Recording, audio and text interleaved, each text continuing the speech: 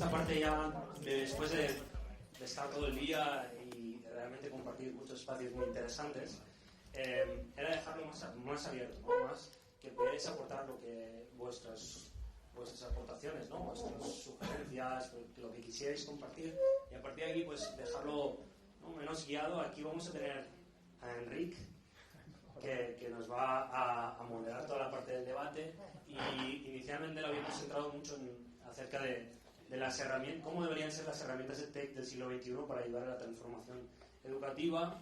Habíamos puesto en la escuela, queremos ampliarlo en cualquier elemento, es decir, la transformación educativa, la transformación formativa, ¿no?, en toda esta parte que tenemos también, que se está llevando en las otras salas que tenemos ahora mismo, que están hablando de upskilling y reskilling. ¿Cómo veis este sector? Y a partir de aquí, Enrique, te cedo la palabra y que puedas aportarlo. No sé si estoy ya... Tengo el micro aquí, gracias. Esto es para el público. Es profesional este hombre. Esto de que los amigos confíen en ti para estos actos a última hora de una jornada tan intensa, esto es muy bueno, gracias.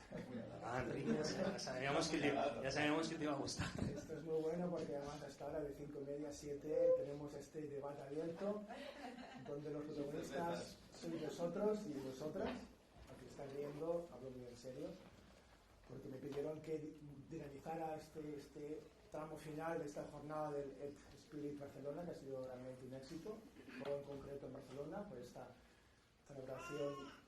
Hola. Esa celebración de la Mobile World Congress. Espero que el ecosistema de emprendimiento, pues realmente hemos conseguido que toda la ciudad esté X días realmente haciendo muchísimos actos. En concreto el de EdTech, pues es realmente muy interesante, ya que la digitalización, la educación, comentabais antes en las startups, ese entrar en las propias escuelas, instituciones académicas, es cada día más necesario, porque el estudiante que viene desde el principio, bachillerato, hacia la universidad, realmente está cambiando, y debemos cambiar todos el sistema entero justamente con ellos. Cuando me plantearon esta pregunta, facilita, cómo deberían ser las herramientas EdTech del siglo XXI para ayudar en la transformación educativa de la escuela, la universidad, empresas, realmente vi claro dos ámbitos concretos. Uno, el de la transformación educativa, transformación empresarial, transformación digital. Es un ámbito que está muy de moda aún, y evidentemente el otro ámbito más importante para nosotros, que son las herramientas, la tecnología, EdTech.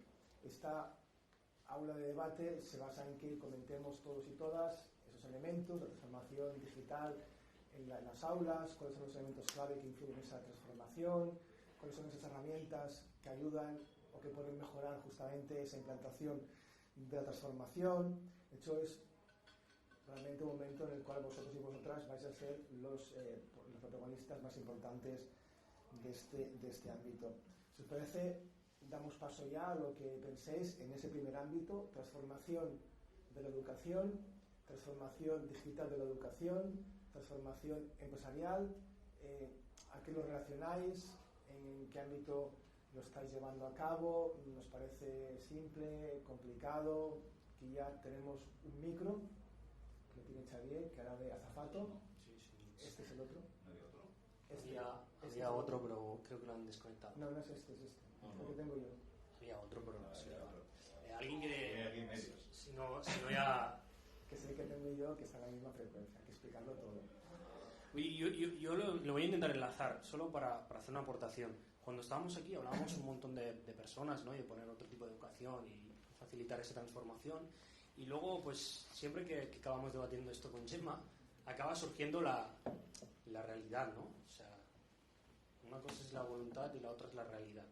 Entonces, en ese sentido, cuando plasmas ese tipo de transformación educativa, ese tipo de nueva educación,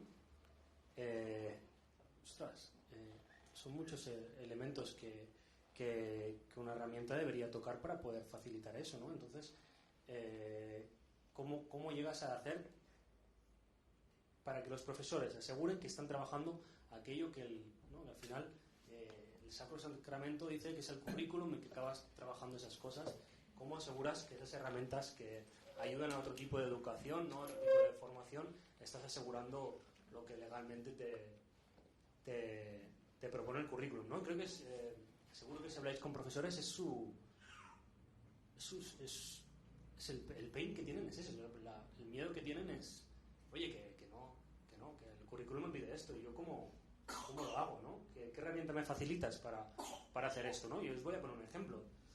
Cuando planteamos una herramienta de ABP o una herramienta de aprendizaje más activo, te dicen, vale, me encanta, y el currículum, ¿qué estamos trabajando en el currículum? ¿Qué elementos estamos trabajando en el currículum?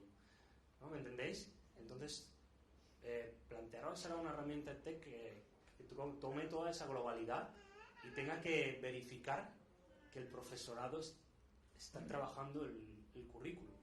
Y ahora plantearos que cada comunidad autónoma tiene su propio currículum.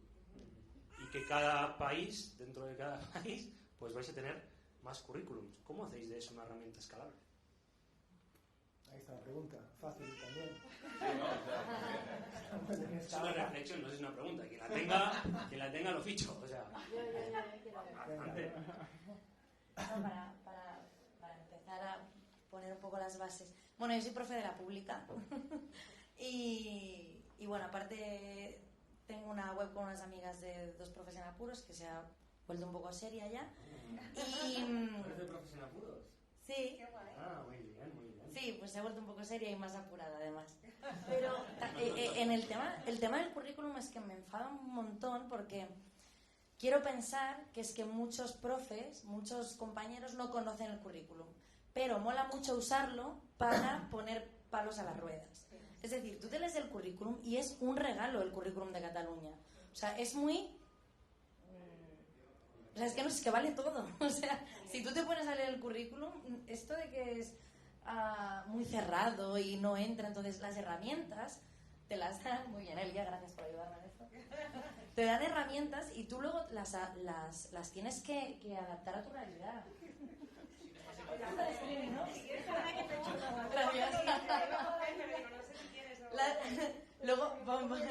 Luego las tienes que adaptar a tu realidad, pero dejemos ya de quejarnos del currículum. Y entiendo que como empresas, gente que no esté dentro de la educación puede decir, el currículum, pero es que lo empezáis a leer y vale todo lo que sea.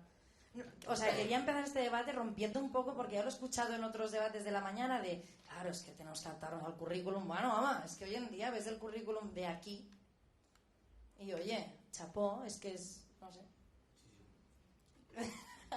No sé. Más opiniones, porque si no... Sí. Bueno, en ese sentido... Otra opinión por aquí. Hola, buenas tardes. Bueno, yo quería comentar, tiene toda la razón ella, que el currículum de Cataluña es realmente un currículum muy abierto, pero enlazando un poco lo que decía Xavier, no solo es Cataluña, hay que pensar en el resto de España, en Europa, si quieres promover una herramienta escalable. Yo creo que en este sentido también, para dar un poco de esperanza y seguir con una visión así un poco más abierta y no quedarnos anclados en lo que es el currículum, cada vez más los currículos van a ser competenciales, claro, donde va a haber el eje transversal van a ser las habilidades, y en este sentido no hay nada mejor que una herramienta para trabajar las habilidades, y las herramientas digitales trabajarán eso, y creo que es en eso que hay que focalizarlas más que en los contenidos que pide el currículum, que van a ser cada vez más competenciales. No lo son ahora, pero lo serán. Y la tendencia va a ir hacia aquí. Serán abiertos, digitales, cada vez más con la competencia digital más potente, y donde las habilidades van a ser el eje transversal. O sea que, bueno, es tiempo al tiempo que va hacia aquí. Pero en ese ámbito, ¿pensáis que la educación se está transformando o le queda mucho, o en general, en la educación básica, en la universitaria, en la corporativa? Veo una cabeza que hace no. Ahora se ha hecho que no. Te he visto que no. Yo creo que no, y de hecho recientemente he abierto un blog que se llama Empleatec sobre educación, tecnología y talento, y es la gran pregunta que quiero que traslado a la gente con la que me entrevisto, o estoy entrevistando a mucha gente en todo el mundo, que es por qué la educación no está avanzando al mismo nivel que la tecnología. Y es porque yo creo a día de hoy que al final la tecnología se está abriendo al negocio de la educación, pero no la educación. Es decir, a la educación se le ha puesto también la palabra de negocio de la educación. Entonces, la tecnología que se fabrica o que se crea para la educación realmente está siendo para el negocio de la educación. Entonces, hasta que no se haya un convencimiento desde el lado público por la mejora de la educación, y en el sector público creemos en que la tecnología puede ayudarnos a mejorar la educación, el sector privado va a ir hacia el negocio de la educación y van a triunfar los SIS y el para qué, que al final hoy en día no es para mejorar la educación, hoy en día es para generar más alumnos, para tener más negocio, para tener más escuelas privadas. Entonces, hasta que no cambie eso, pero bueno, estamos aquí también para empujar hacia la mejora de la educación, no solo el negocio de la educación. No sé si estáis de acuerdo, ¿no? Como comentaba el compañero, el nombre. Rubén. ¿Estáis de acuerdo? Yo te voy a buscar el micro, no te preocupes. Que yo tengo aquí puesto. Bueno, yo creo que Rubén tiene parte de razón, pero yo sí que veo que algo está cambiando, algo se está moviendo, ¿no? Aquí hago la broma, tener a Xavi en el despacho pues me ayuda a verlo mejor, pero yo no soy docente. No sé. Yo no soy docente, pero tengo 3 niños en edad escolar y lo voy viendo, además uno en cada escuela, porque así puedo catar de todos lados y voy viendo cómo está el panorama, ¿no? Y sí que es cierto que hay una intención de cambio, sí que es cierto que hay unos grandes objetivos muy ambiciosos para estar hablando del sector de la educación, y más si nos acercamos al sector público. Los cambios son muy lentos, hay mucha gente peleando por un cambio de la educación, pero que no se ven, todavía no se ven. Algunos incluso me atrevería a decir, y perdonad los que sois del mundo docente, que son un poco experimentales, que no sabemos muy bien por dónde van o cómo van a acabar, ¿no? Pero bueno, yo creo que esa idea, esas ganas de transformación un poquito sí que están, ¿no? Y el problema sí que está en que yo creo que sí que se puede adaptar la tecnología a lo que necesita la educación o los docentes. Lo que hay que visualizar mucho es el objetivo para el cual hacemos esa tecnología, ¿no? O sea, yo lo pongo en mi ejemplo claro, ¿no? Mi objetivo, ¿cuál es? Que los niños aprendan a leer, ¿no? Y el proceso de aprendizaje por el que debe pasar es pues voy a hacer una herramienta que se adapte a las necesidades de estos niños para llegar a ese objetivo. Yo creo que es eso, lo que no hemos de perder de foco, ¿no? Es el objetivo, es el alumno o el usuario que necesita aprender, y el para qué, ¿no? Como tú bien dices, el para qué lo estamos haciendo, el tenerlo claro y no perder eso de foco. Pero yo creo que si se tiene claro el objetivo, se puede encabir, ¿no? en el currículum y donde haga falta. Pero bueno, ya os digo, yo todo esto lo digo desde fuera de las instituciones educativas. No sé si aquí en la sala ahora mismo hay algún estudiante.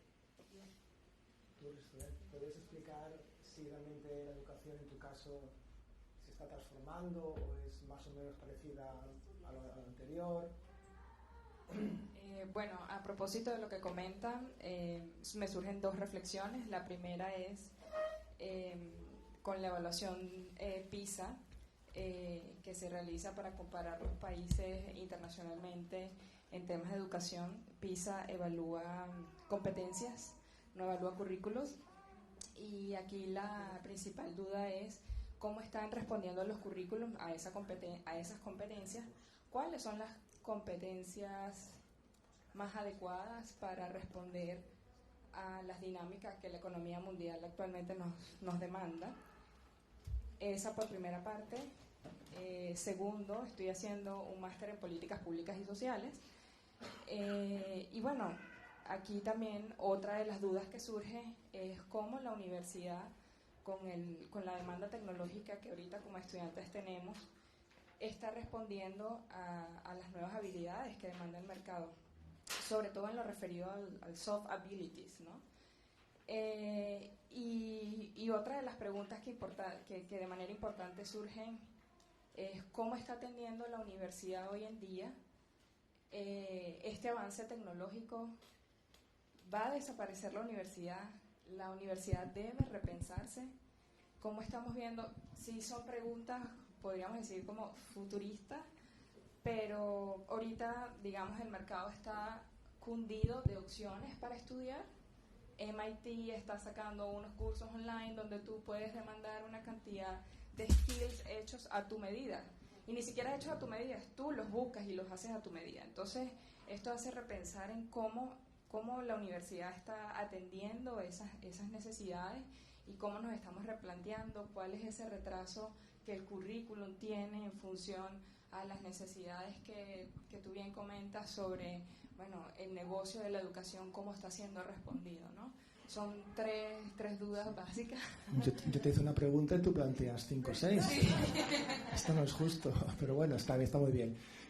Antes escuché que por ahí estaban compañeros de la UOC. No sé si queréis opinar, ya que sois los más adelantados desde hace años. Con confianza, por supuesto. Claro, en algún momento del día os tenía que tocar. A ver, es que...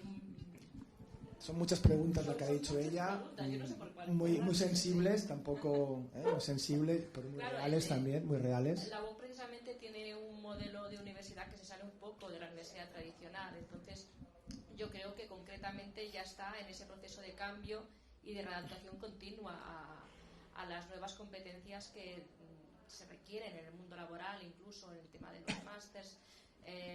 Ahora se están además adaptando las asignaturas, se están repensando, se están cambiando, o sea, continuamente ya hacemos ese proceso de intentar evolucionar.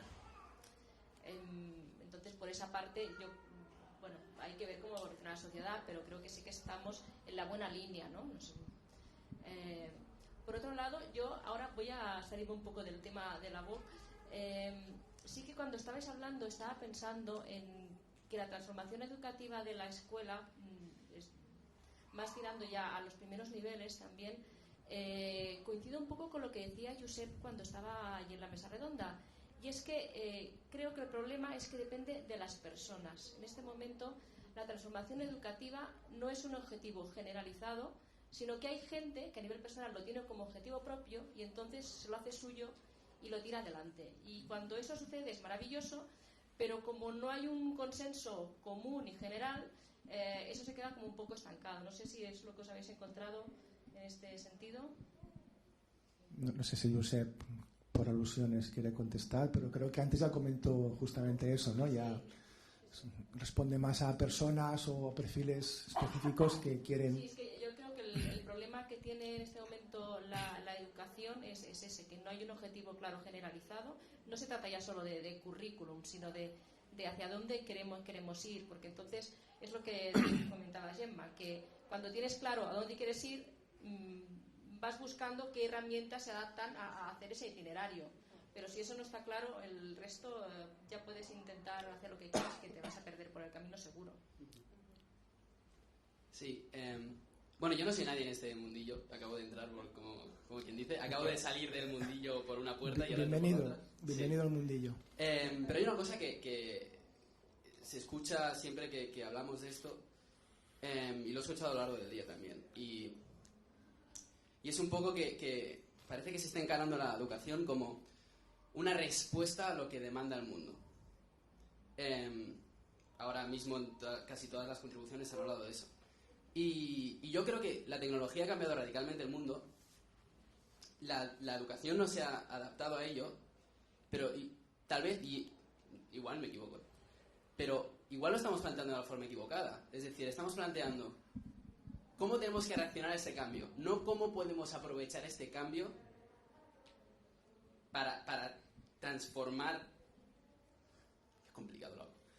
¿Cómo podemos aprovechar este cambio como la oportunidad enorme que es para que de repente las personas, que es la palabra clave que también estamos usando todos, sepan maniobrar y sepan encontrar su camino quizás? Por lo que explicas, pensamos que hasta ahora la persona, el alumno, no está en el centro de la experiencia de aprendizaje y tú planteas que tiene que serlo. Yo creo que eso es claro. ¿Estamos ahí? Que hasta ahora el alumno no está en el centro. No está en el centro. O al menos... sí. Tampoco tengo claro que tenga que estar justo en el centro. Hay muchos factores a considerar. Pero creo que tal vez nos vamos con el debate a muchos factores que realmente influyen y nos olvidamos de lo realmente importante, que es hacia dónde queremos que vaya esto. Y me parece que hay que empezar a hablar de qué es lo que necesita el estudiante, pero no es lo que necesita el estudiante, qué es lo que necesita el mundo y cómo vamos a dotar a nuestros estudiantes de las herramientas necesarias para que eso suceda. Y eso va más allá de habilidades y de conocimientos. No sé si alguien quiere ampliar esa reflexión de una persona que acaba de entrar en el mundillo, pero viene por la puerta grande. Gracias.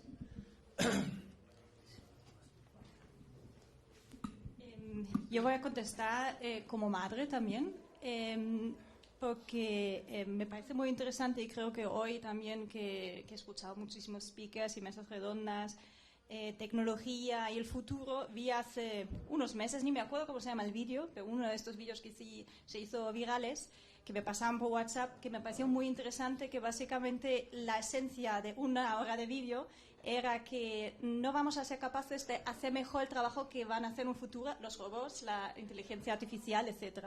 Entonces, nos estamos obsesionando con, bueno, en la industria, digamos, en la revolución industrial, básicamente teníamos que formar pequeñas máquinas que eran personitas, ¿no? Entonces, el sistema educativo actual está programado así, ¿no? De que los niños memoricen, etcétera, ¿no? Porque lo tienen que hacer mejor. Esto se está quedando obsoleto porque ya vamos a tener máquinas y ya tenemos máquinas que hacen todo esto mejor. Entonces, tampoco tenemos que desgastarnos en formar estas pequeñas máquinas porque es que dentro de nada realmente no hace falta. Y hay una gran parte de la economía que son, por ejemplo, todos los trabajos también más artesanos, etcétera, que volverá a aparecer, porque es básicamente la parte que ninguna máquina puede hacer. Todo lo que es también la psicología, el mentoring de tú a tú, los soft skills en las empresas, ya básicamente las nuevas estructuras son Agile, Scrum, etcétera. ¿En qué está basado? Básicamente en equipos multidisciplinares que distintos perfiles tienen que trabajar conjuntamente. Entonces, yo creo que la tecnología nos puede ayudar, pero no nos quita esta parte de experiencia de estar en una ronda aquí y levantar la voz y poder hablar. Que si esto con un chat no se soluciona.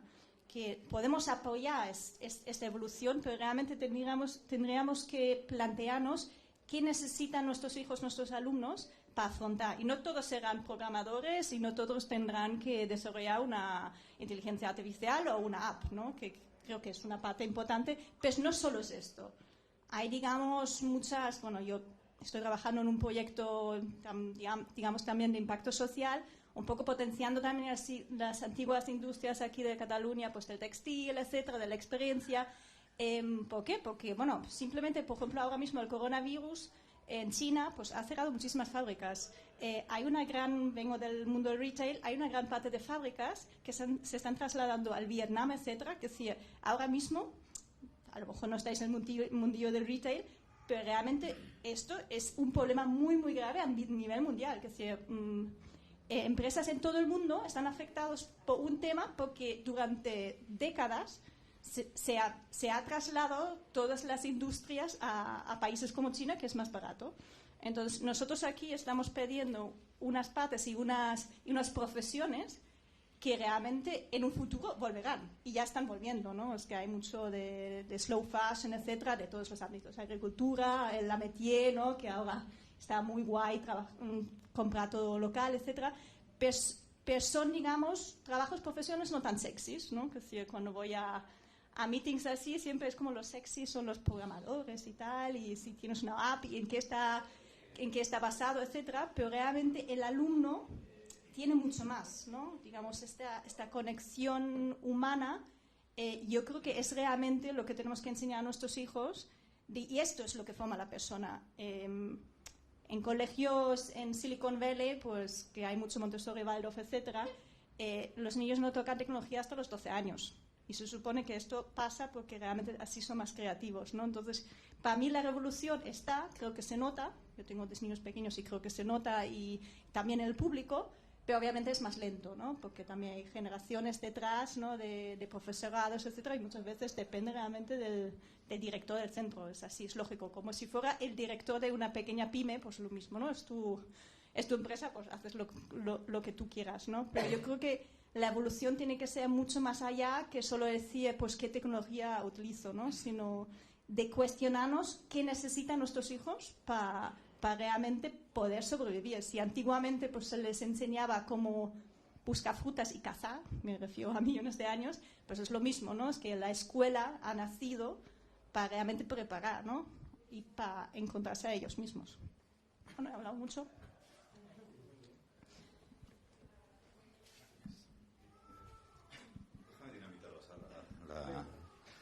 Yo me gustaría hablar de personas, me interesa, pero también me interesa me gustaría hacer 5 preguntas. Y las 5 preguntas van relacionadas con tecnología. Son preguntas bastante, a mí me parecen muy interesantes porque me plantean dudas. Entonces hago las 5 y luego a partir de ahí ya iré sonando. La primera sería, ¿creéis que la programación, que lo comentabas antes, es necesaria enseñar a las escuelas la programación como lenguaje de programación? O sea, ¿es algo que nos va a servir? O quizá en el futuro es que ni hará falta porque los sistemas son tan automáticos que no hará falta programación. Una duda que tengo. Segunda, yo voy lanzando. ¿Creéis que hay todo un movimiento de reconocimiento facial y de trazabilidad de los datos? Y los datos nos permiten clasificar a las personas y sobre esa clasificación los sistemas toman decisiones. Hasta el punto eso, que tarde o temprano se va a implementar, nos va a aportar algo positivo o nos va a aportar algo negativo. Pero puede estar ahí y es interesante que lo tengamos en cuenta.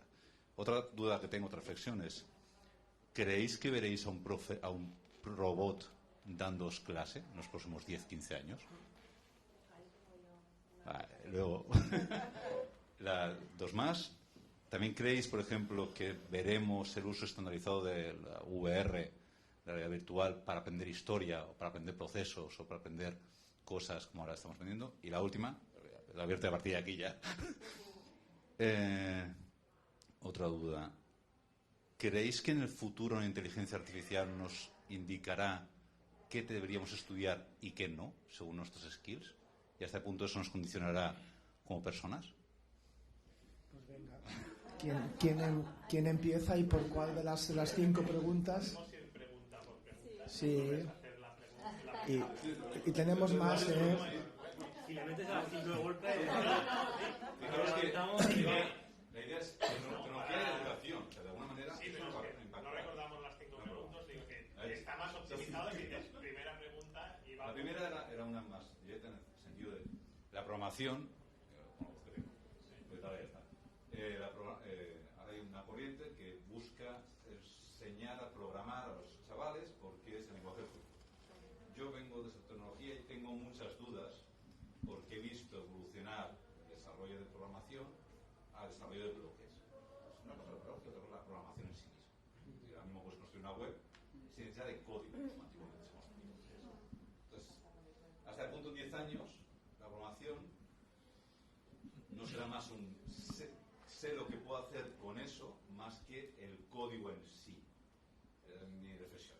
Sí, bueno, lo importante creo que es la lógica del código, porque al final hay muchos lenguajes que pueden cambiar. Nosotros, por ejemplo, estamos haciendo una para práctica de idiomas y simplemente por cambiar el framework hemos tenido que cambiar el código. Hemos cambiado a Flutter y estamos utilizando Dart ahora y empezamos con Java. O sea, hay que entender más la lógica para que sean más plásticos los niños. O sea, que se puedan adaptar mejor a... ¿En qué escuela estás? ¿Comentas? He dicho, ¿estás creando una...? Sí, para la gente que quiera aprender a hablar idiomas, hable idiomas y conversaciones en tiempo real. Perfecto. Y simplemente han de coger, como enseñamos matemáticas, bueno, que parte de programación también es matemática, pero también entender la lógica, que igual que las matemáticas son una herramienta que utilizamos en muchos campos, pues la programación también se utiliza en muchos otros campos. Que se tiene que entender la lógica, no un lenguaje.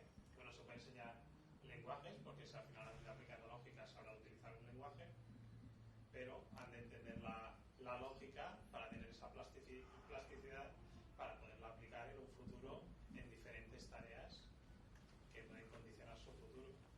Por lo tanto, lo que planteas es que aprendan pensamiento computacional en vez de que aprendan a programar, ¿no? Entiendo que estás proponiendo esto, ¿eh? Bueno, al final es lo mismo, porque al final cuando lo vayas a aplicar, al final estarás programando, pero sí, pero tienes que entender, exacto, tienes que entender la lógica, porque luego la puedes extrapolar a otros elementos y si solo... Sí, como las matemáticas en toda la ingeniería, al final, si se puede hacer como un código, como un esperanto del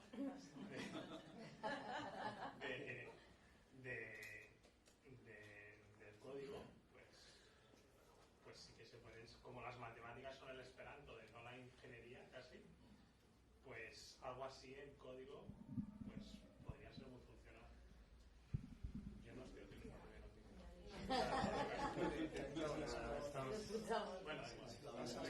Pasa por favor a la compañera. Sí, funciona, sí.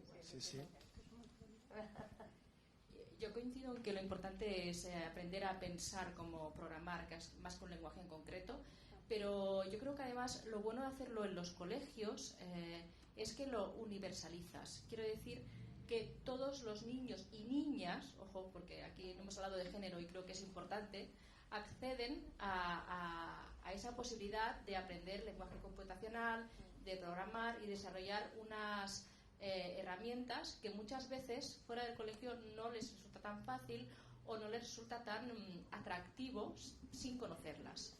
Entonces, el hecho de que en una clase normalmente, la mayoría son clases mixtas de niños y niñas, todos hagan un trabajo de programación o con electricidad, electrónica, circuitos, lo que sea, puede acabar de desarrollar nuevas competencias y nuevas inquietudes en niños y en niñas, porque en el tema tecnológico todavía hay mucha brecha de género que se está intentando solucionar con muchas iniciativas como el Technovation Girls y cosas de este estilo, pero que existe. Entonces creo que los colegios tienen aquí una labor añadida muy importante.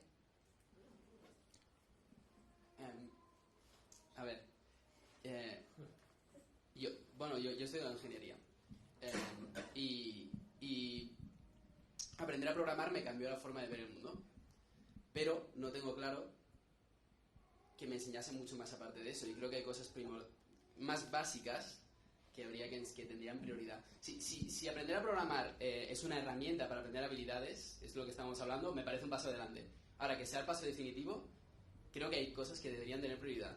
Y yo hablo de, y esto igual suena un poco esotérico, pero yo hablo de propósito, de para qué estoy en este mundo, qué he venido a hacer aquí. Si para hacer eso, si yo como individuo sé identificar eso, identifico que para hacer eso tengo que aprender a programar, aprenderé a programar.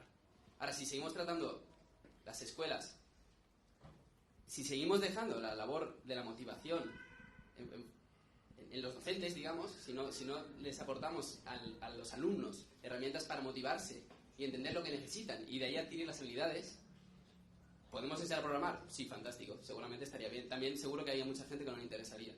No sé hasta qué punto sería producente. Y más por lo que tú decías, yo creo que en poco tiempo es que no será necesario. Perfecto, pasamos a la segunda pregunta, Miguel Ángel. Sí, quedan 4 tuyas, 2 o 3 mías y seguro que hay muchas más. Reflexiones, y yo creo que al final la programación, o lo que conocemos ahora como lenguaje de programación, lo que estamos viendo, no será más que como la tele. O sea, ninguno de nosotros estamos emitiendo una tele desde casa porque es inviable, porque todo el ecosistema lo es inviable. Nos encontramos con esa circunstancia. De todas maneras, sí que considero que el conocimiento lógico funciona va más allá de la programación básica.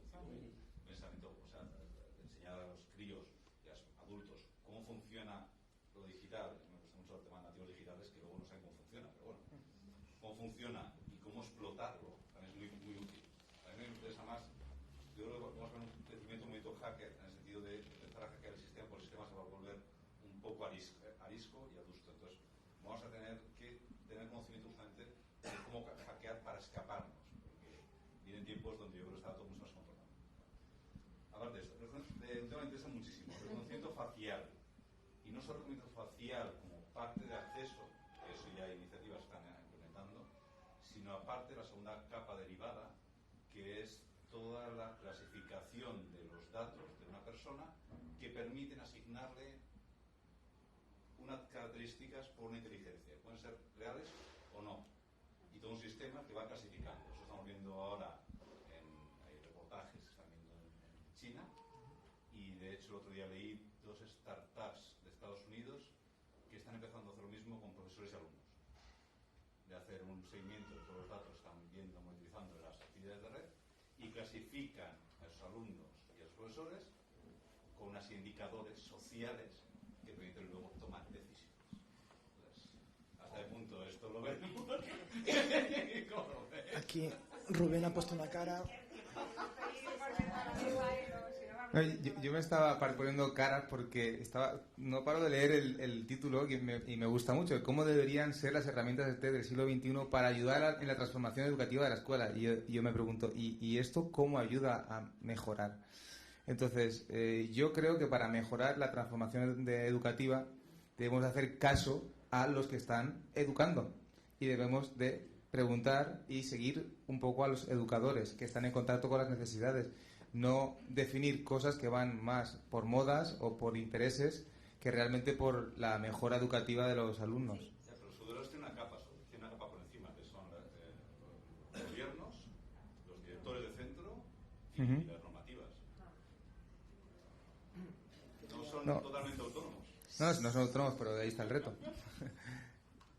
Soy profesora de universidad también, no voy a decir en cuál, pero si veis mi LinkedIn ya lo veréis.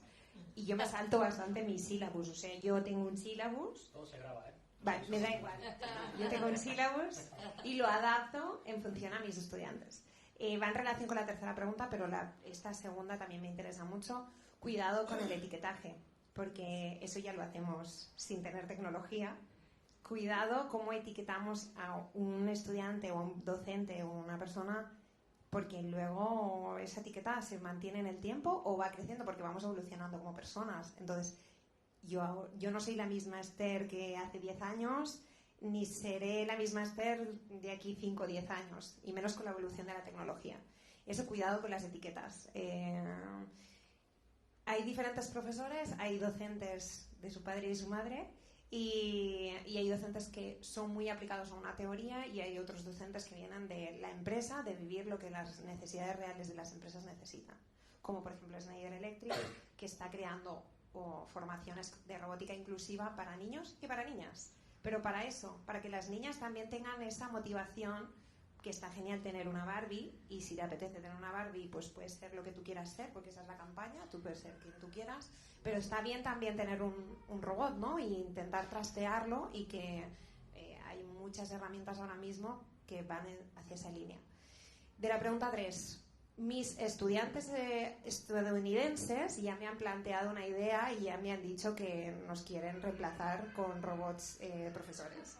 Aunque están muy contentos conmigo, pero una de las, o sea, yo les hago lanzarles ideas de proyectos reales, porque yo tengo un sílabus, pero quiero que me pongan en marcha proyectos emprendedores, y uno de los chicos no solo quiere crear robots de profesores, sino que quiere crear, le encanta el mundo del deporte, y quiere crear árbitros y árbitras robots, para que no la líen en los partidos y no sea subjetivo si le ha sacado una tarjeta a un partido. Bueno, en definitiva, que yo creo que sí que vamos hacia esa línea, pero ojo con los profes robots, porque falta la parte emocional.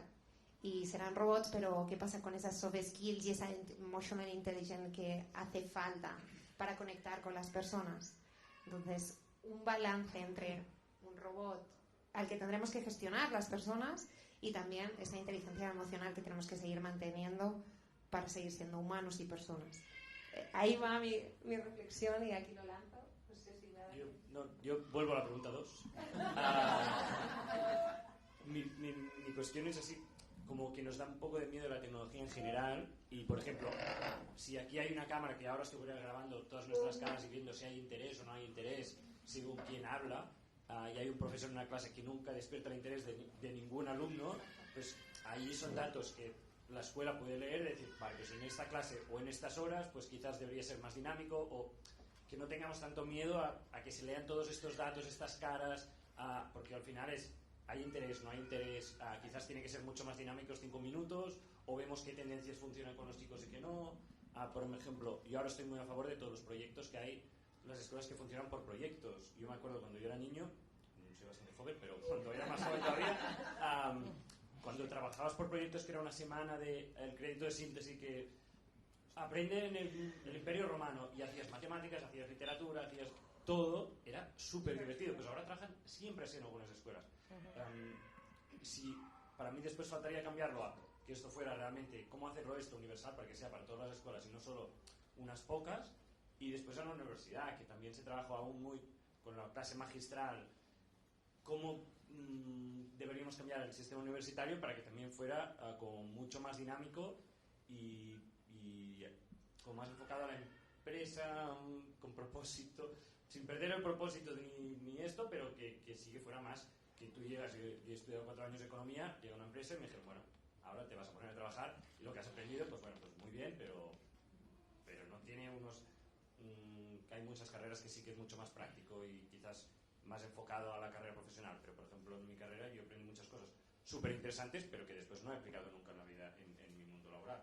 Y he perdido tiempo, ¿no? O he invertido tiempo en cosas que quizás no son. Y esto. ¿Alguien vuelve con manos levantadas? En la pregunta 2, la 3... La 2. Y seré muy concreto, simplemente con lo que comentabais vosotros, yo estoy muy de acuerdo. De hecho, por ejemplo, con el tema del neuromarketing, que se usa el tema del face coder para la lectura de todo lo que es las caras, para saber si te vendo mejor, si te vendo peor. Yo creo que el problema muchas veces no es la herramienta, es decir, la herramienta puede ser para algo bueno o puede ser para algo malo. El problema es que detrás de ello no hay una regulación ética a día de hoy, es decir, no sabemos qué hacer con ello, ¿no?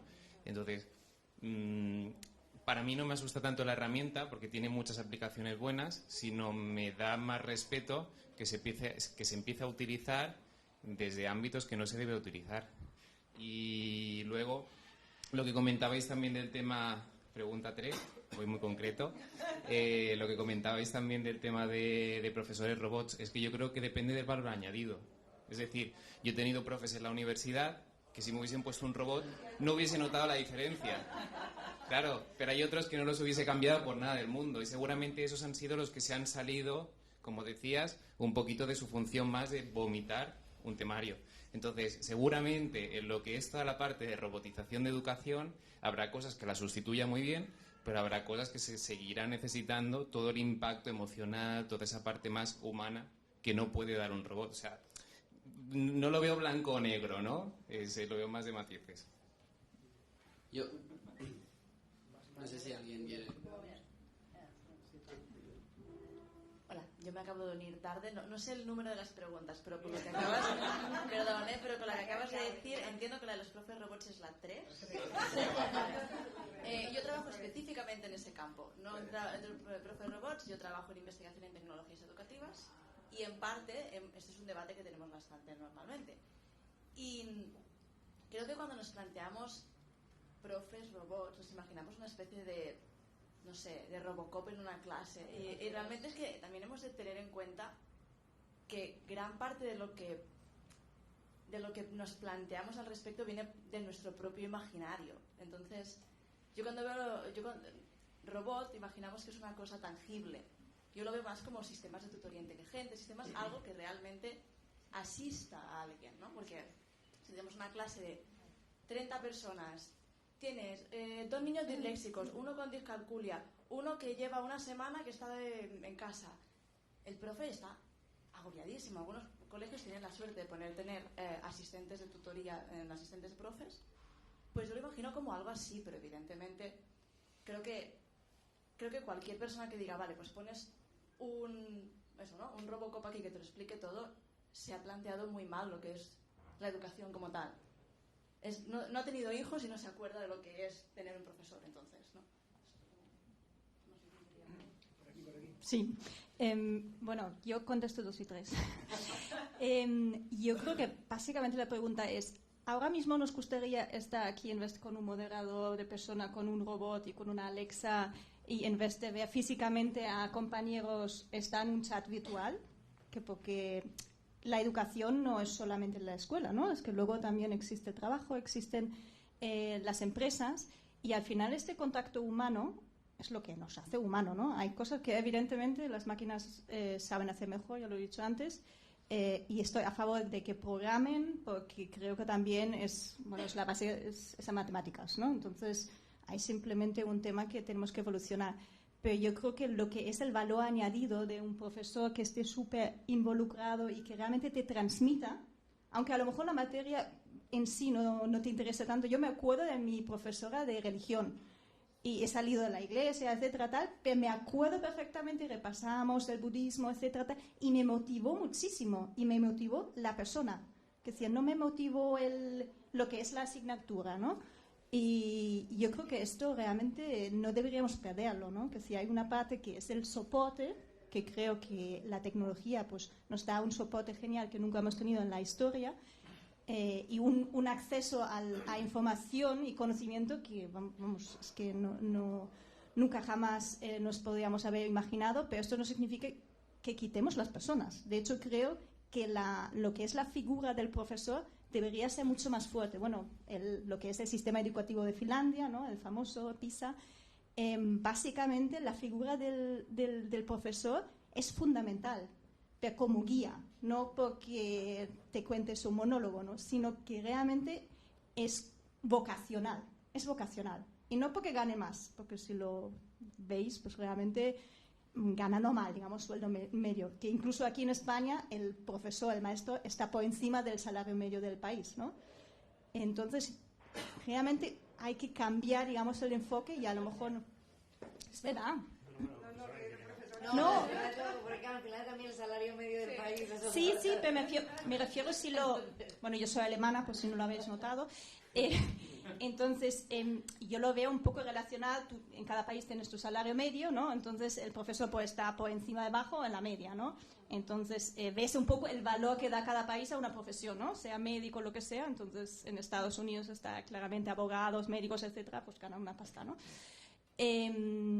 Entonces, claro, realmente si ves la valoración, no digo que aquí se dé demasiado valor, porque no es así, pero a lo mejor sí al profesorado público, etcétera, que mi marido viene de una familia de profesores, sí es verdad que es casi el funcionario, me da igual lo que haga, muchas veces es simplemente por ser funcionario, me quiero guardar este puesto y me relajo. Y luego a estos profesores completamente excepcionales, que son vacacional, pero que casi luchan contra sus compañeros, ¿no? Entonces, yo creo que es un problema de sistema también, ¿no? Que, repito, vengo de un país donde básicamente solo existe un sistema público. Es decir, el privado es para los conflictivos y ricos. Con ricos me refiero ni siquiera al hijo del presidente, sino que realmente es 99,9% público, ¿no? Entonces, a mí me choca siempre cuando veo colegios y con mis hijos, etcétera, porque digo, ¿cómo puede haber un país tan segmentado que es tan complicado de elegir colegio también, ¿no? Porque hay tanta diferencia. Pero bueno, estoy planteando otras preguntas que se salen en las 5. Sí. Bueno. La pregunta 2 o 3, ¿alguna opinión más? ¿Tú la 3?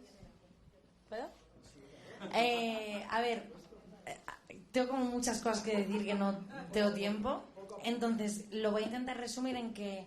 Bueno, me ha parecido muy interesante la aportación de ella, cómo entender el tema de que entre la inteligencia artificial o que sea la clase, es otro tema a lo que se piensa muchas veces.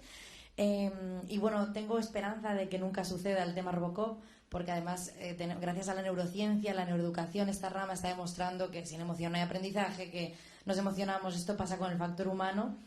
Y nada, es que no me quiero extender porque es que tengo la cabeza que me va a implosionar.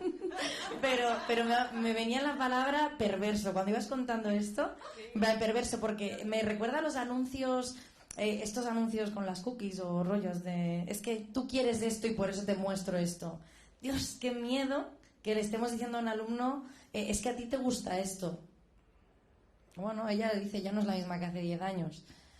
¿En qué momento cambia? Esto lo sabe detectar.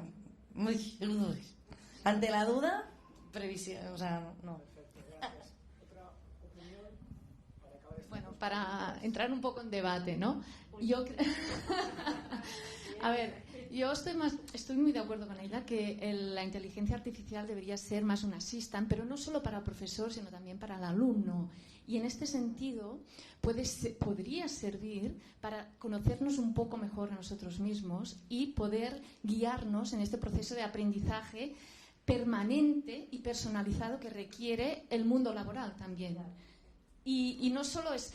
Si la inteligencia artificial realmente funciona y no es dirigida para que consumas un determinado producto, te puede ayudar a conocerte, a conocer tus habilidades, tus soft skills y desarrollarlas más. O decir, bueno, en esto soy un flojo, tengo que aprender más estas habilidades que estas otras. O el mercado requiere estas habilidades o este tipo de competencias. Pues yo tengo que ir hacia allí. La inteligencia artificial nos puede ayudar a conocernos. Claro, sí. La cosa, ¿quién lo lee? ¿Cómo lo lee? Bueno, yo también estoy implosionando, al cual como tú dices, el tema de la perversión que puede haber a la hora del uso del dato, creo que es un motivo de miedo y bueno, los entes reguladores evidentemente marcarán aquí una pauta. Yo creo que hay una brecha importante entre el conocimiento que maneja el regulador versus el conocimiento que se genera en cuanto a los especialistas del área. Creo que hay un gap importante resolver, porque yo sí creo que la regulación siempre va detrás del ámbito tecnológico, ¿no? Otro aspecto que ella comenta, yo creo que aquí más bien estaríamos hablando de un punto híbrido en función a tu aporte. A ver, que si existe un robot que a un chaval cuando esté súper pequeño tenga la capacidad de generar unas emociones por encima de la experiencia que puede dar un ser humano, esto es cuestionable o no, ¿no? Pero que si se puede dar o se puede brindar un espacio donde el robot tenga la capacidad de generar ese nivel de emoción, ese estadio de aprendizaje, que cómo aprendemos de eso para que nosotros como humanos sepamos también identificar en qué momento de la clase somos más productivos o menos productivos para generar conocimiento o influir sobre el chaval, ¿no? Creo que eso sin duda es algo que pues ¿cuándo podemos contestar eso, no? Cuando lo veamos, quizás. Yo sí creo que vamos a tener como un híbrido por otro lado, porque a ver, ¿cuántos espacios donde los niños necesitan un abrazo, una caricia? Eso evidentemente, bien sea o a través de un Robocop o a través de una modalidad asistida, va a ser un poco difícil. O sea, vamos a tener que tener un 3D, no sé, imposible. Calor humano es importante. Perfecto, gracias. Antes de pasar a la cuarta y quinta, Miguel Ángel, de lo que habláis hasta ahora, ¿en qué horizonte temporal tenéis en mente? ¿3 años, 5 años, 10 años, 15 años? No sé qué significa. Yo creo que será que no puede ser inmediato, pero sobre todo por lo que comentan los compañeros de las diferencias que hay entre muchos ámbitos, ¿no? Y ya solo pongo esta mañana, no sé en qué conferencia ya, porque ya me he perdido, pero comentaban la diferencia entre la pública y la privada, ¿no? La adopción que hay de la innovación entre un entorno privado y un entorno público, ¿no? Y es brutal, y ya no solo pongo en educación, sino en administración en general. Es espectacular. Entonces, para que haya un cambio de paradigma, tiene que ser adoptado por toda la sociedad. Entonces, si es cambio de paradigma, para mí, me voy a 10 años. Si es una normalización, me voy a 4 o 5 años. 10 años es nada. Ya. Sí. Yo espero que sí, pero bueno, ahí está grabado. Lo veremos. Sí. Viendo un mail para aquí 10 años. Yo creo que sí. Un voice note, porque posiblemente no sean los mails. Un bot, sí, totalmente. Será un chatbot, un robot que te dirá, ¿de acuerdo? Sí, justo, totalmente. Bueno, o sea, solo 10 años, ¿eh? Eso espero. Cuarta pregunta, Miguel Ángel. Bueno, la cuarta era más sencillita, que era cómo vemos el uso de la red virtual para aprendizaje, sobre todo, no tanto la parte emocional, que hay un potencial brutal, sino la parte más de transmisión de conocimiento, como puede ser algo muy claro, como puede, por ejemplo, aprender cómo vivían en Roma desde un punto de vista interactivo. Si eso lo veremos relativamente temprano como una actividad normal dentro del currículo de clase, o si nos parece ciencia ficción. Ahí tenéis un micro, yo tengo otro, veo. ¿Sí? ¿Te atreves? ¿No? Yo le estoy dando vueltas todavía a la anterior, Bueno, yo ahora no me puedo aguantar. Me has dado el micro y voy a hacer un apunte a lo que decíais en el etiquetaje anterior, perdóname, decía ya no sé quién, creo que Carla se apuntaba que el problema viene en cómo se utilicen estas herramientas de etiquetaje o de lectura facial y todo esto. Solo os digo un apunte, la historia nos enseña y el hombre no quiere aprender. Hace 200 años ya hubo un iluminado, cuando se descubrió la fotografía, que utilizaba las fotografías de los supuestos delincuentes para establecer unas normas según los rasgos faciales, y hubo más de uno que acabó sentenciado por sus rasgos faciales. O sea que esto ya pasó hace muchos años, la tecnología nos da miedo, pero el problema no es la tecnología, el problema es que siempre hay algún iluminado que la utiliza en contra de la humanidad, ¿no? Entonces, bueno, ahí queda, Y es que me estaba aguantando, ya lo he dicho. Y en base a la realidad aumentada, yo creo que puede ser, que es factible. El problema es... el problema no. Yo creo que el objetivo es, como siempre, que se utilice la realidad aumentada cuando realmente haga falta utilizar la realidad aumentada y no porque está de moda, ¿no? Hay casos en los que será muy evidente que puede aportar, que puede dar un valor y que, por lo tanto, será excepcional poder aquí yo, por ejemplo, desde mi mitad de historiadora, la realidad aumentada puede ser brutal, pero luego hay otras cosas en las que a lo mejor no aporta nada y no vale la pena perder esfuerzos y recursos en crear la realidad aumentada para según qué. Sí, yo iba a decir un poco en la línea que hay que diferenciar lo que es una moda y en lo que realmente puede aportar valor.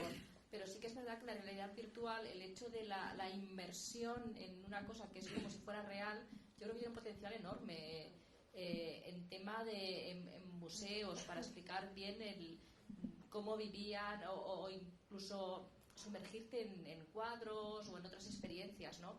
También sé que se ha utilizado para enseñar en algunas operaciones, se está utilizando ya para que los alumnos practiquen, ¿no? Antes de operar de verdad. Entonces yo creo que aquí sí que tiene un valor importantísimo que cada vez se va a utilizar más.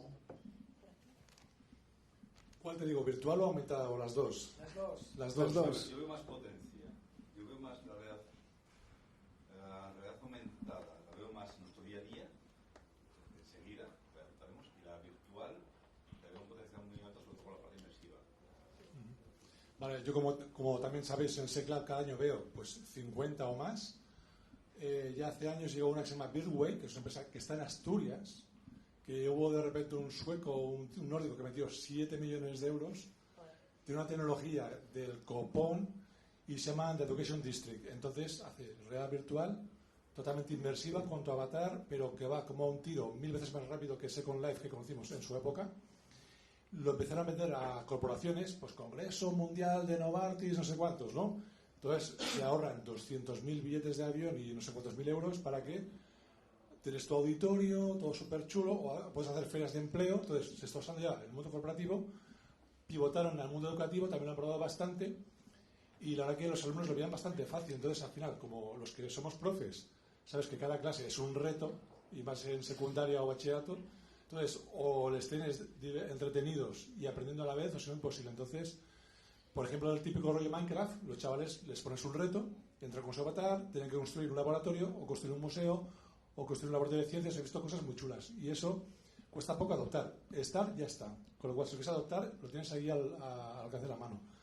Otro ejemplo reciente que también conocemos Miguel y yo, que es Body Planet, que es realidad aumentada para enseñar el cuerpo humano, ciencias y demás.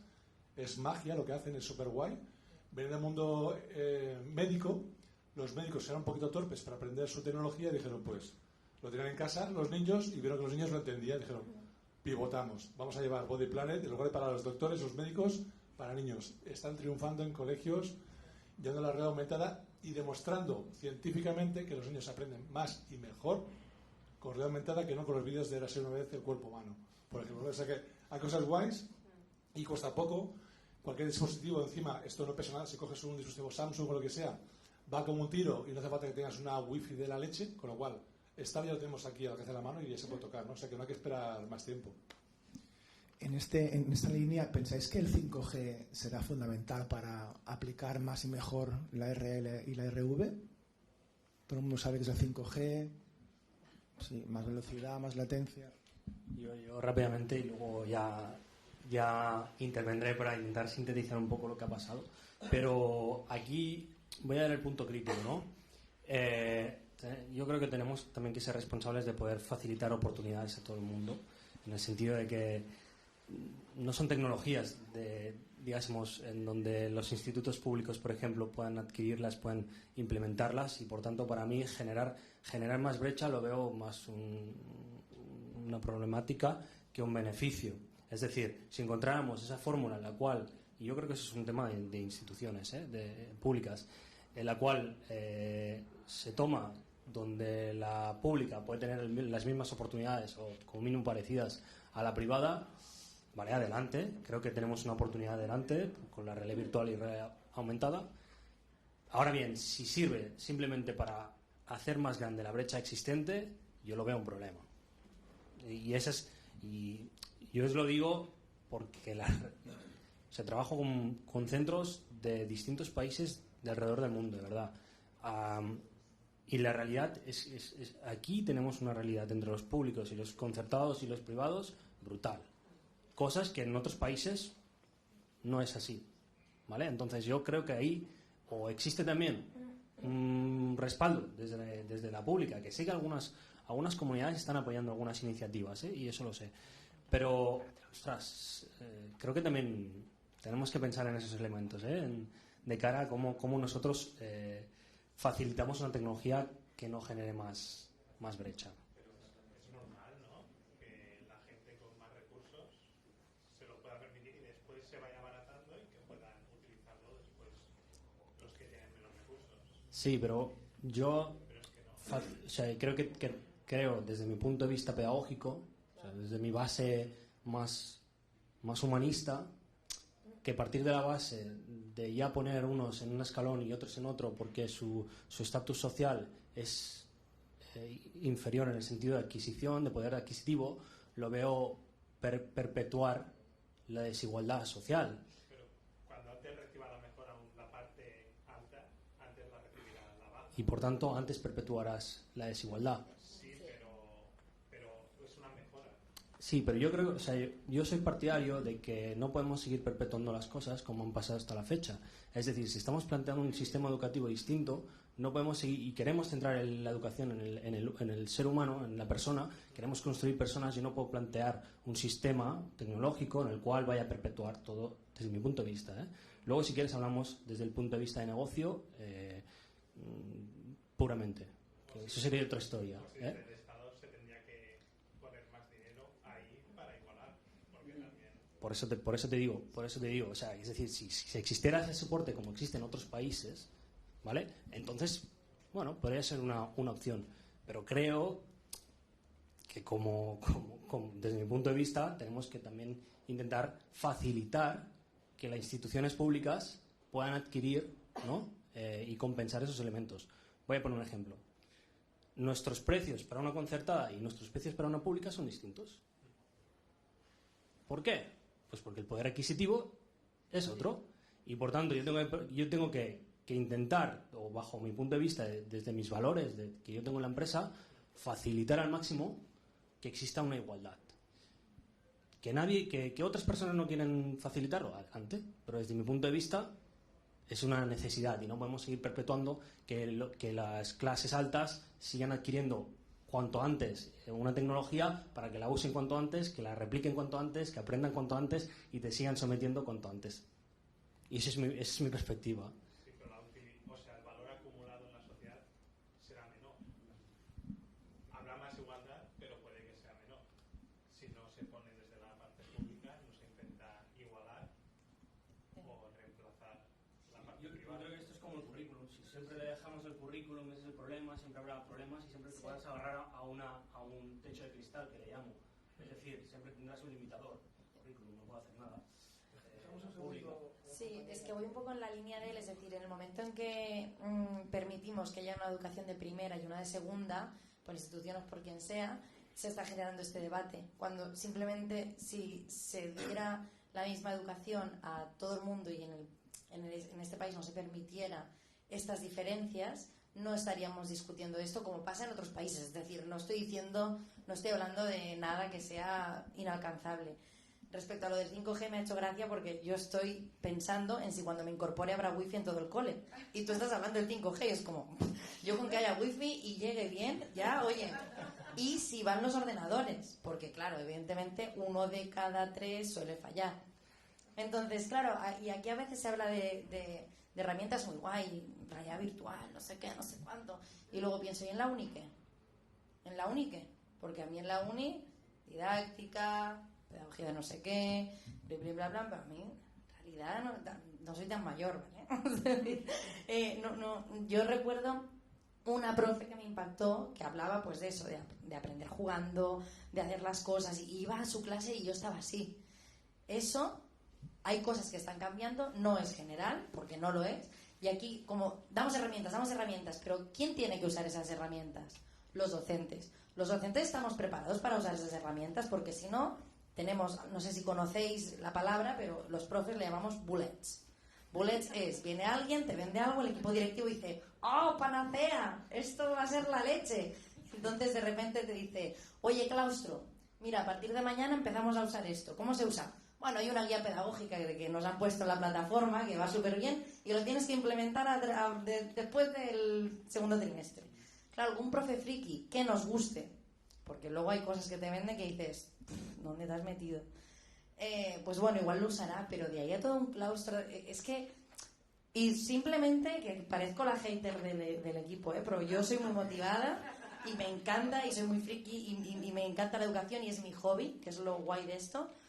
Pero a veces, no sé, me he explicado un poco, o sea, que son muy guays y luego le digo esto a un 85% de mi claustro y me dirán, venga, Mónica, ¿sabes? A veces cuando algo a claustro y dicen, no tiene, estás de baja, para, ¿sabes? Yo, para tranquilizar un poco a Xavi, que está muy preocupado por la brecha, lo bueno que tienen muchas EdTech que ha pasado, pues por, bueno, que conocemos, tienen soluciones que el coste es realmente muy, muy bajo y pueden ir tanto a la pública como a la privada. Es decir, llevar cosas chulas para inteligencias múltiples y demás, y valores para cualquier colegio. Junta de Castilla y León ha comprado no sé cuántas mil licencias de Smart Learn, por ejemplo, ¿no? Entonces, lo bueno de algunos EdTech que conocemos es que esa brecha la rompen de entrada, hacen herramientas fáciles, coste bajo, adquisición bajo, y también forman a los profes y a las familias. No te dejan, toma, ahí lo tienes y búscate la vida, ¿no? Se preocupan en que haya unas guías didácticas, docentes, formar a los docentes y familias. Entonces ahí estamos un poco más tranquilos. De lo que yo veo es que tienen eso, ¿no?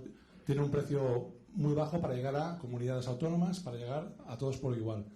Y algo que me sorprendió, estuve en septiembre en Tel Aviv, que es el paraíso, la meca del EdTech también, y me entero que todos los colegios son públicos prácticamente, no hay colegios privados, y que el gobierno tiene un presupuesto bastante chulo para implantar las últimas EdTech. Tiene una bolsa de dinero reservada solo para, este año tenemos no sé cuántos mil, ¿cómo se llaman? Los NIC, o como se llama la modelo de Israel, NIS, para tecnología en colegios, ajedrez para todos los colegios, online, no sé cuántos para todos los colegios. Entonces molaría copiar las cosas buenas que tiene, por ejemplo, Israel, ¿no?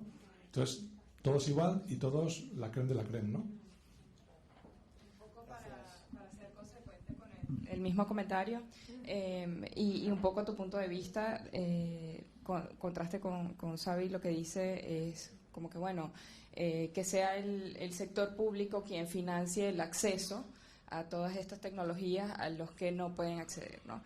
Y ahí la pregunta inmediata es cómo influye esto en el nivel impositivo de las empresas.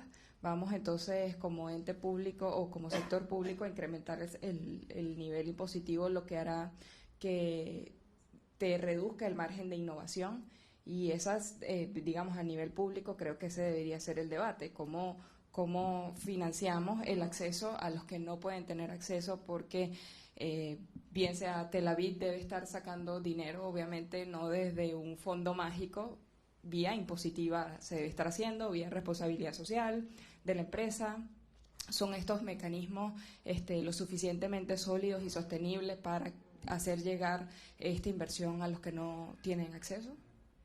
La pregunta. Sí, yo creo que el debate, bueno, la dicotomía progreso-desigualdad, bueno, es un problema histórico, y creo que hoy en día se encuentran soluciones que te dan las dos cosas. Ahora, me voy a posicionar un poco con él en esto. Si hay que... Yo creo que estamos todos de acuerdo en que si fuera público sería mejor para todos, porque el valor como humanidad, gente más formada, nos aporta mucho más. Estamos todos de acuerdo. Sí, yo lo que creo es que no necesariamente hay que renunciar al progreso en pos de la igualdad, porque finalmente se traduce. Ahora, a nivel personal, también me posiciono más en la distribución que no en el progreso, pero creo que eso ya es una decisión de cada uno, por qué quieres luchar, y cada uno tiene sus retos, ¿no? Pero yo personalmente no necesariamente sacrificaría el progreso. Es como decir, vale, para conseguir que todo el mundo sea igual, vamos a hacer que los mejores, entre comillas, sean peores. Yo no creo que esa sea la forma de atacarlo. Al contrario, vamos a elevar en la medida posible todo. Y creo que el progreso es necesario para elevar todo. Entonces, bueno, es un equilibrio muy, muy delicado y creo que la decisión es personal de cada uno donde se quiere focalizar. Pero no creo que haya que ¿cómo decirlo? Condenar el progreso. Para nada. No sabe condenar. Si lo público sabe la educación, o sea, es lo que genera más retorno seguramente a una sociedad. Totalmente. Y creo que lo más eficiente para toda la gente sería que fuera todo público y de la máxima calidad. Porque antes también, ahora estamos hablando de tecnología, pero es que antes, bueno, vamos a una clase y son profesores, pues el tiempo que un profesor puede dedicar a un niño en una privada, depende de qué privada es, sea en una pública, por cantidad de tiempo que puede ofrecer a alumnos, por lo grande que es la clase, también es esa diferencia, que no se necesita tecnología. También hablamos de cuán eficiente puede ser el dinero que utilizamos. Si podemos enseñar una clase 100 personas, ¿cuánto tiempo podemos dedicar a ese niño? De verdad, con un profesor podemos utilizar ese sistema de proyectos donde el profesor está más encima. Pues eso se hace con dinero, y si es público mejor porque está generalizado a toda la gente y el valor agregado será mucho mejor para la sociedad porque le estás aplicando ese valor a muchísima más gente y por lo tanto hay mucho. Si puedo añadir una cosa nada más, creo que también hay que ser consciente que una tecnología llegue a un sitio no siempre significa que automáticamente esa tecnología vaya a triunfar y vaya a conseguir lo que propone, en la línea de lo que decía ella.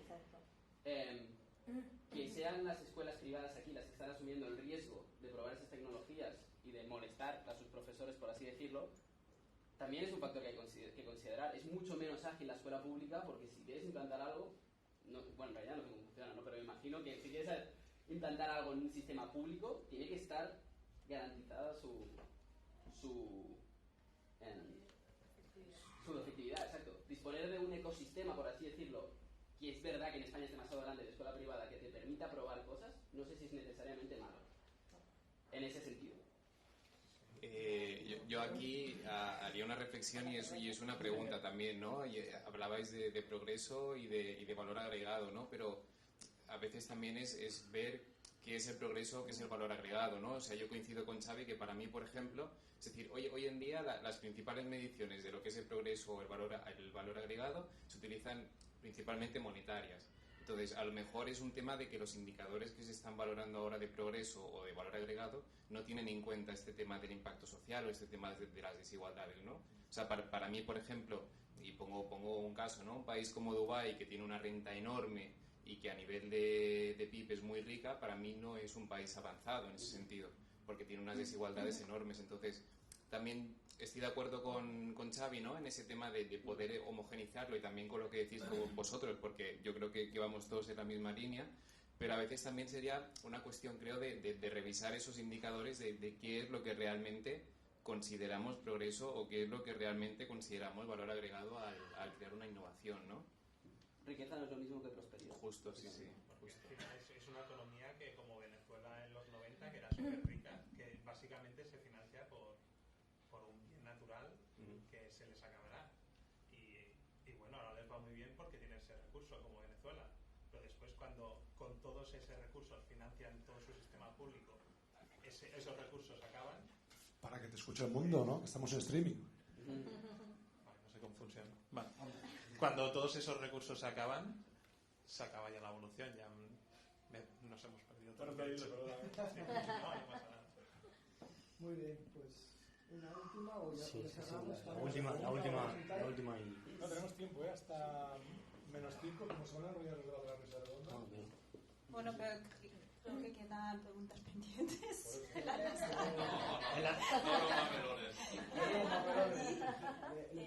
Le he preguntado y ya son más o menos iguales, la 5, la 6, la 7, la 8 eran iguales que la omega 2, más o menos. Vale, vamos. Están todas cubiertas ya.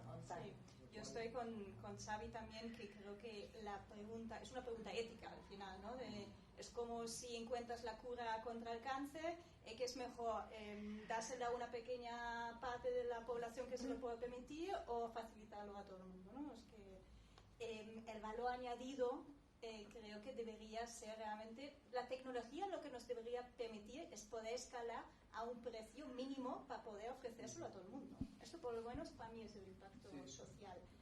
Para mí la tecnología debería permitir esto, no es de tenerlo más sofisticado a un precio elevado o que luego sea cero, que me ha hecho gracia también que 7 millones de inversión, ¿no? Cualquiera se lo puede montar.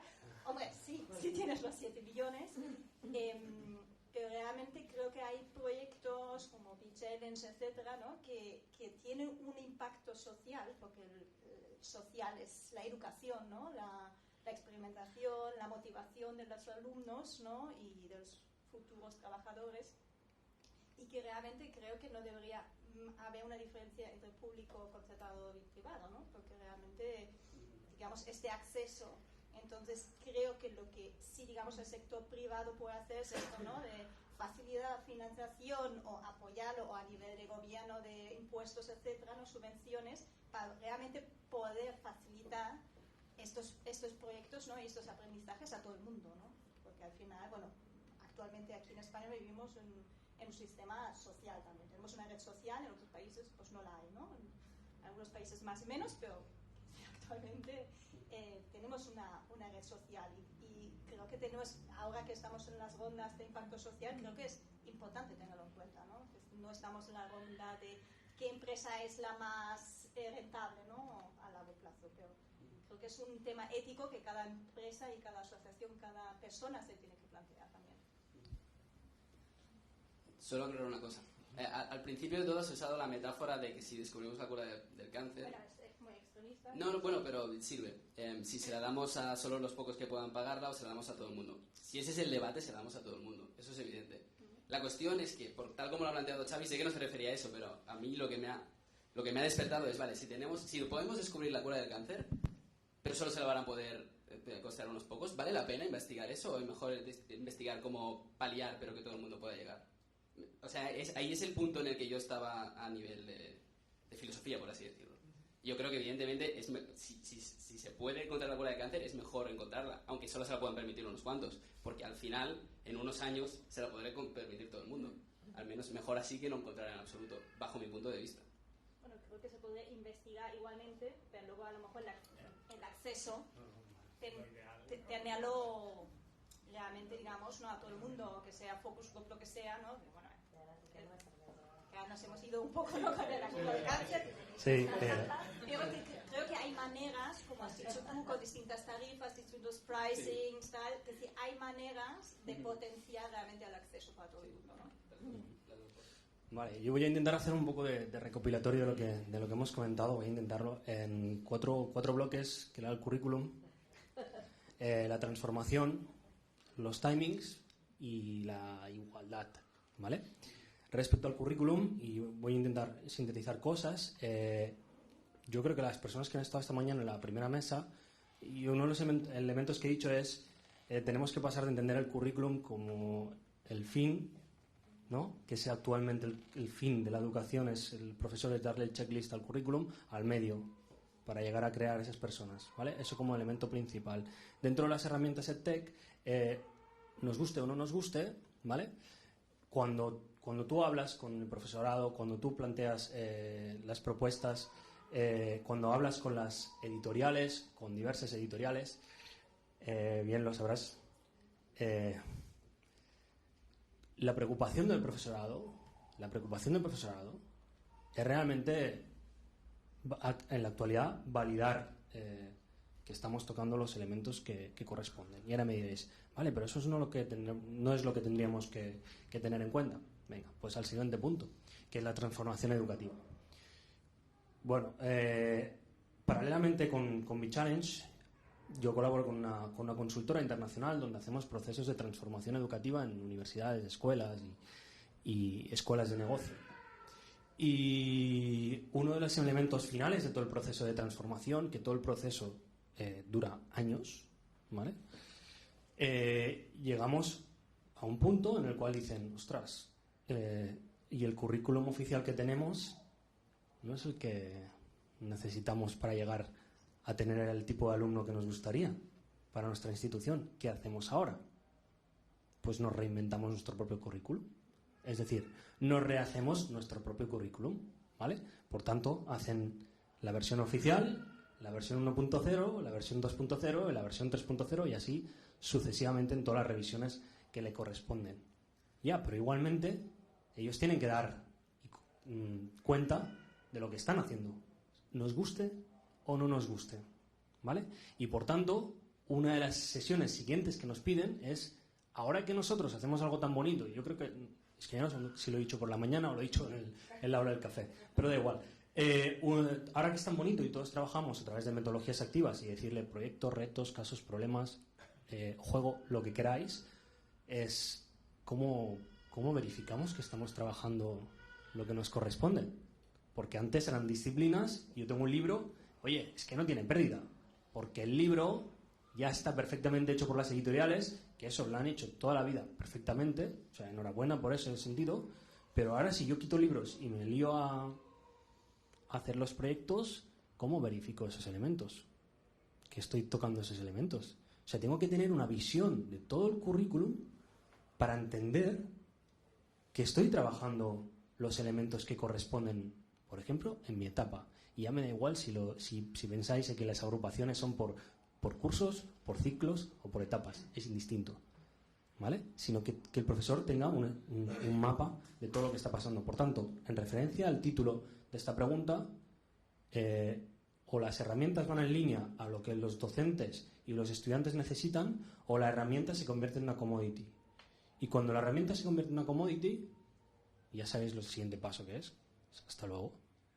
¿Vale? Te tengo un curso, tengo 2 cursos, y todo el esfuerzo que has hecho para ir a vender esa herramienta, tu lifetime value, se lo ventilan. Porque es una commodity.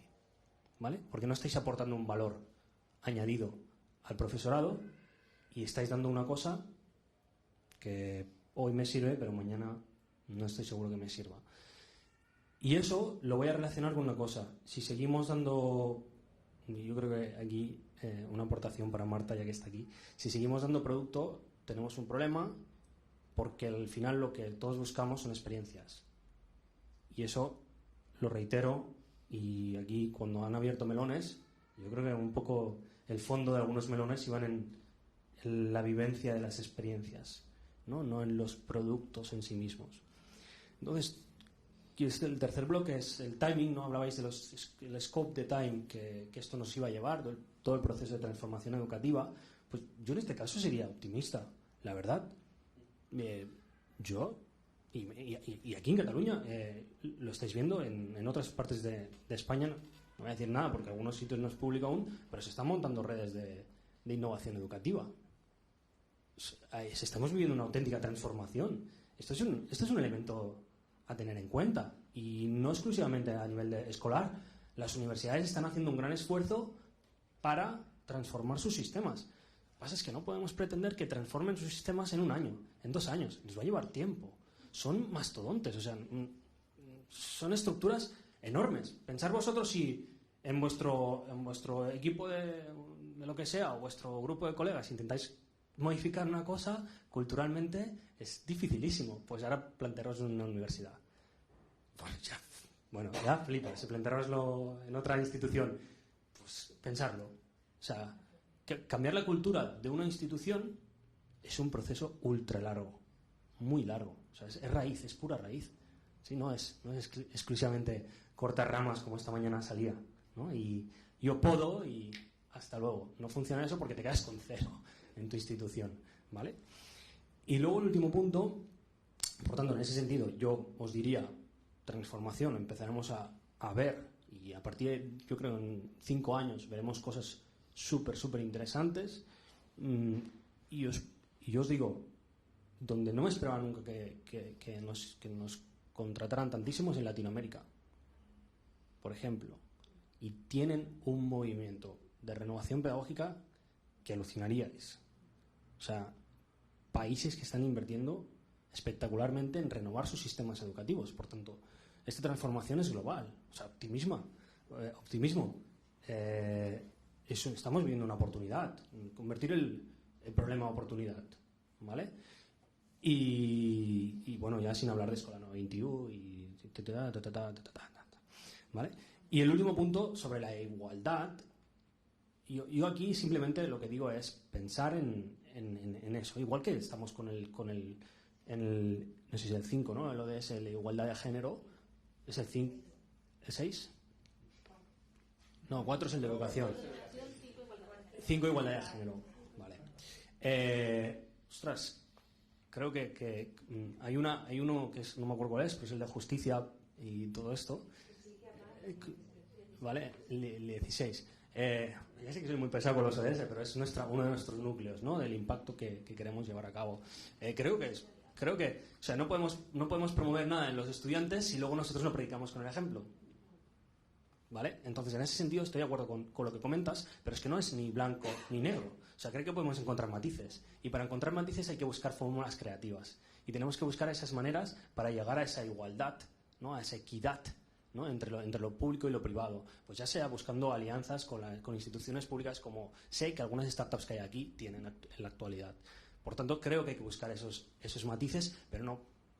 Y creo que tenemos que ser proactivos, y por eso lo ponía encima de la mesa. Es decir, ser proactivos a buscar ese elemento, ¿no? Para mí es uno de los, ya que teníamos todo el tema del impacto social, pues impacto en la igualdad de género y impacto socialmente.